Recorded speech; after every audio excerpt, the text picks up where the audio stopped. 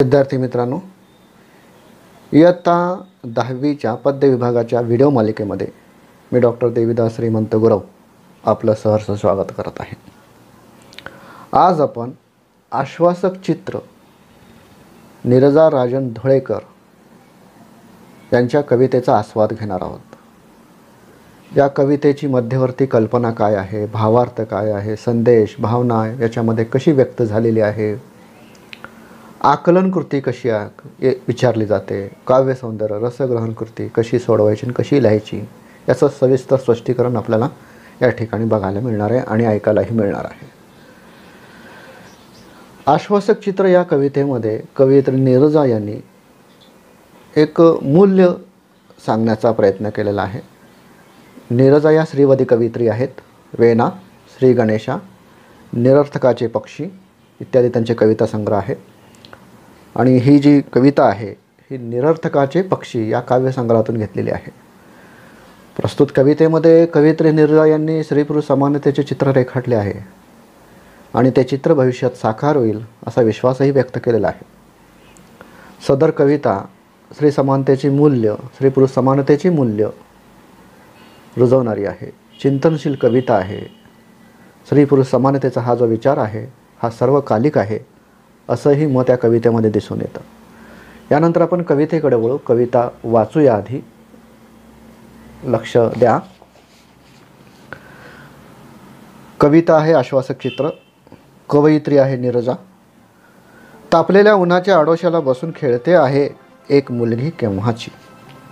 मी पाहत राहते तिला माझ्या घराच्या झरोक्यातून.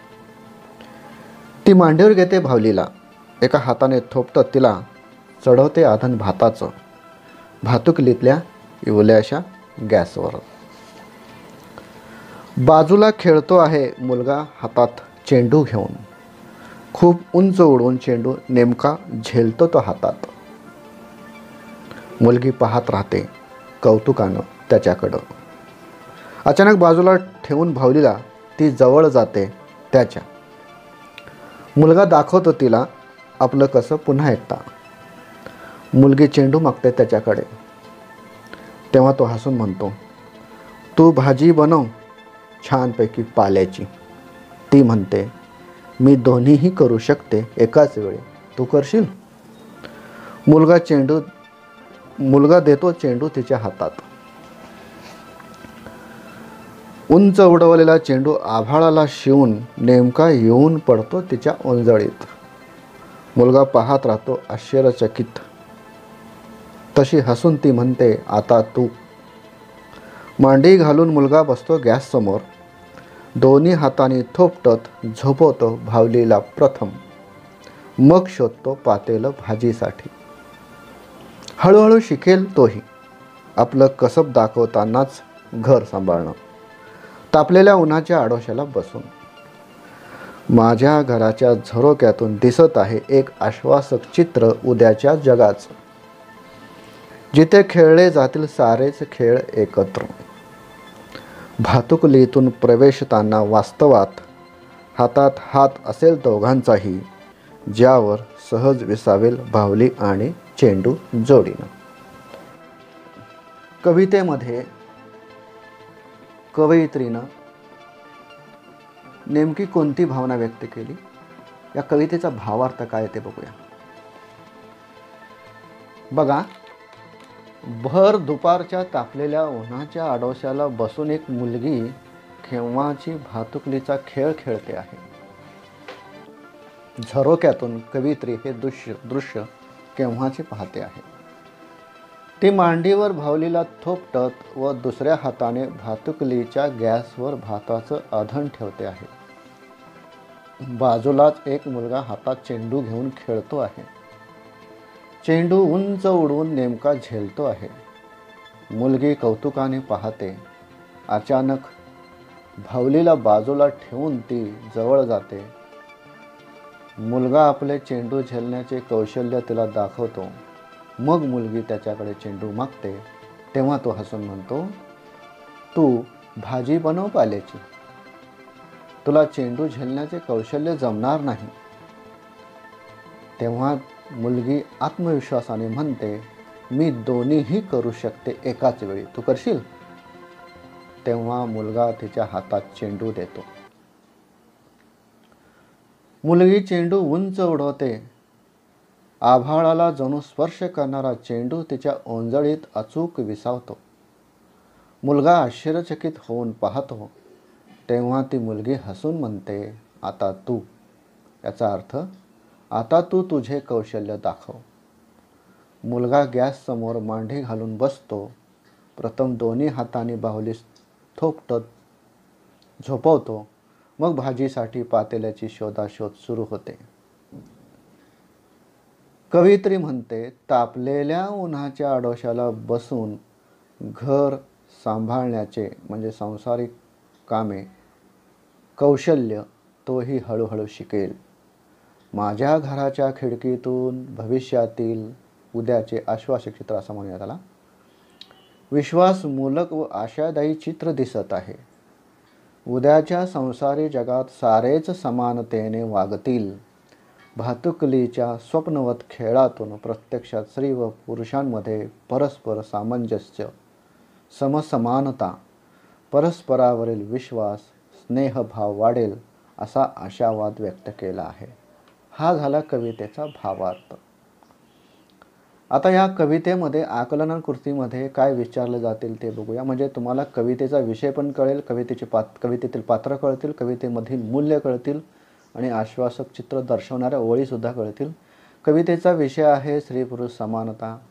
कवितेतील पात्र तुम्हाला माहिती आहे, मुलगा आणि मुलगी. कवितेतील मूल्य आहे स्त्री पुरुष समानता. आणि जिथं खेळले जातील सारेच खेळ एकत्र, हे आश्वासक चित्र दर्शवणाऱ्या ओळी आहेत. पुढं आकलन कृतीमध्ये 2 मध्ये तुम्हाला बरेचसे सोडवायचं आहे. कवयित्रीच्या मनातील आशावाद कोणता आहे तो तुम्ही लिहा.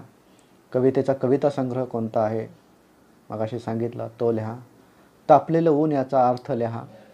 कवितेतील खेळाचं नाव काय हे लिहा.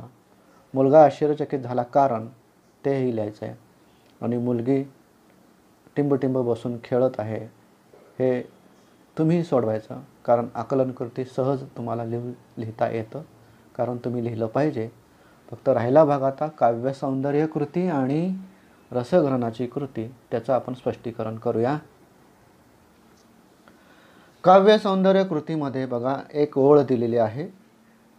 ती म्हणते, मी दोन्ही करू शकते एकाच वेळी, तू करशील? या ओळीचा तुम्हाला कळलेला अर्थ थोडक्यात स्पष्ट करा. काव्य सौंदर्य कृती नेहमीसारखं मी सांगतो 2 परिच्छेदामध्ये लिहायचं आहे. पहिल्या परिच्छेदामध्ये काय आहे पहा. आश्वासक चित्र या कवितेत कवयित्री नीरजा यांनी स्त्री पुरुष समानतेचे मूल्य प्रत्यक्षात साकार होईल असा विश्वास व्यक्त केला आहे. दुसऱ्या परिच्छेदात पहा. प्रस्तुत कवितेत भातुकलीच्या खेळातून मुलगा व मुलीच्या माध्यमातून समाजातील वास्तव मांडला आहे. मुलगी स्वयंपाक करते. मुलगा चेंडू उंच उडवून झेलत असतो. तेव्हा मुलगी आत्मविश्वासाने चेंडू उंच उडवून झेलण्याचे आव्हान स्वीकारते. तेव्हा मुलास तिच्याबद्दल अविश्वास वाटतो. तुझे हे काम नाही असे त्या मुलाला वाटते. कवयित्रीला हेच पुरुषी प्रवृत्ती बदलवायचे आहे. त्याच वेळेस मी दोन्ही एकाच वेळी करू शकते असं ठामपणे सांगते. तू दोन्ही करशील? या प्रतिप्रश्नातून स्त्री पुरुषातील वैचारिक भेद नष्ट करावायचे आहे असे सूचित होते. असा हा अर्थ आपल्याला लिहून काढायचा आहे. म्हणजे तुम्हाला कवितेची ओळण वाचत असताना त्यामध्ये दडलेला अर्थ, त्यामध्ये दडलेला विचार तुम्हाला काव्य सौंदर्याच्या कृतीमध्ये लिहावायचा, हे लक्षात येईल याच्यावरून. त्यानंतर रसग्रहणाकडे जाऊया. भातुकलीतून प्रवेशताना वास्तवात हातात हात असेल दोघांचाही, या ओळींचे रसग्रहण तुमच्या शब्दात करा. 3 परिच्छेदामध्ये आपल्याला रसग्रहण करायचं आहे. बघा पहिल्या परिच्छेदामध्ये काय दिले. आश्वासक चित्र या कवितेत कवयित्री नीरजा यांनी स्त्री पुरुष समानतेचं मूल्य साकार होईल असा आशावाद व्यक्त केला आहे. घराच्या झरोक्यातून पाहिलेल्या भातुकलीच्या खेळाद्वारे उद्याचे एक आश्वासक चित्र या कवितेत मांडलेलं आहे. कवितेतील स्त्री पुरुष समानतेचा विचार सर्वकालिक आहे. समानतेचे हे मूल्य शालेय जीवनातच रुजावे असा विश्वास कवितेतून प्रकट झालेला दिसून येतो. दुसऱ्या परिच्छेदात बघा, आशय सौंदर्य आपण पहिल्या परिच्छेदात म्हणलेला. दुसऱ्या परिच्छेदात पहा, नीरजा या स्त्रीवादी कवयित्री आहेत. प्रस्तुत कवितेतून त्याचे प्रतिबिंब पाहावयास मिळते. या कवितेत मुलगी भातुकलीचा खेळ खेळते आहे, तर मुलगा हा पुरुषसत्ता कुटुंब पद्धतीचे प्रतीक आहे.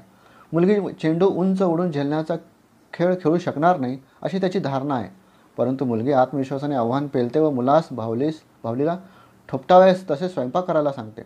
मुलगा प्रयत्न करतो. या प्रसंगातून कवयित्रीने भविष्यातील आश्वासक दृश्यच उभे केले आहे. तिसरा परिच्छेद बघूया. याच्यामध्ये भाषिक सौंदर्य काय आहे हे तिसऱ्या परिच्छेदामध्ये आपल्याला लिहायचं आहे. मुक्त छंदातल्या या कवितेत कवयित्रीने पुढील काळात मुलगा व मुलगी दोघेही समंजसपणे वागतील, समजूतदारपणे वागतील, एकमेकांना सहकार्य करतील असा आशावाद अभिव्यक्त केला आहे. भातुकलीच्या रूपकातून साध्या व नेहमीच्या जीवनातील वास्तव सांगितलेलं आहे. चेंडू, बाहुली, झरोका, तापलेले ऊन या प्रतिमांमधून नेमका अर्थ सूचित होतो. संवादात्मक भाषा व चित्रदर्शी वर्णनातून नेमका विषय नेमक्या शब्दात मांडला आहे.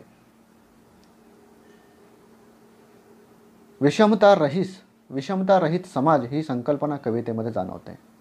म्हणजे या ठिकाणी 3 परिच्छेदामध्ये रसग्रहण लिहित असताना पहिल्या परिच्छेदात काय लिहावं, दुसऱ्या परिच्छेदात काय लिहावं, तिसऱ्या परिच्छेदात काय लिहावं हे तुम्हाला इथं एक उदाहरण म्हणून दिलेलं आहे. सरावाकरिता देखील आपल्याला काव्य सौंदर्य आणि रसग्रहणाचं उदाहरण दिलेलं आहे. हे काव्य सौंदर्य आणि हे रसग्रहण उदाहरण म्हणून सोडवलेलं दिलेलं आहे, पण या ठिकाणी सरावाकरिता देखील तुम्ही याच पद्धतीने ही 2 कृती तुम्हाला सोडवायची आहे. आशा आहे आश्वासक चित्र या कवितेमधून तुम्हाला नेमकं काय समजून घ्यायचं आहे, नेमकं काय लिहायचं आहे, कवितेचा भावार्थ कोणता आहे, कवितेतील मूल्य कोणते आहे, या सगळ्या गोष्टींचं आकलन झालं असेल, समजलं असेल असं मला वाटतं. आपण थांबूया. पुढच्या पद्य कवितेच्या म्हणजे पद्य जो भाग आहे विभाग, त्या विभागाच्या पुढच्या कवितेच्या वेळेस आपण पुन्हा भेटू. तोपर्यंत नमस्कार.